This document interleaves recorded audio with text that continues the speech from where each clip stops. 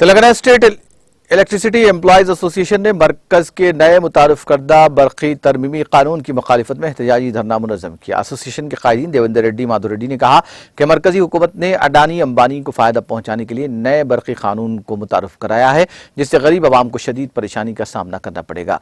TV Ramesh ने धरना programme में कहा कि मरकजी हुकूमत बरक़ी के निज़ाम को गैर मुस्तहकम करने की कोशिश कर रही है और सिर्फ अडानी अंबानी के मुताबिक नया कानून बनाया है। वेंकटेश्वर, चंद्र प्रकाश, अशोक रामनाथम और दीगर ने इस एहतजाज में हिस्सा लिया।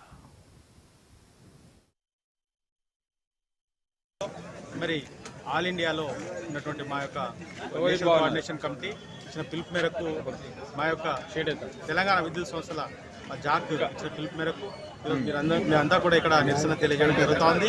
ముఖ్యంగా ఈరోజు కేంద్ర ప్రభుత్వం అనుసరిస్తున్నటువంటి విధానాలు ఏదైతే కార్పొరేట్ సెక్టార్లకు అనుకూలంగా తీసుకున్నటువంటి నిర్ణయాలు ఈరోజు ఈ విద్యుత్ సంస్థలను పూర్తిగా నిర్వీర్యం చేసే విధంగా జరుగుతూ ఉన్నాయి।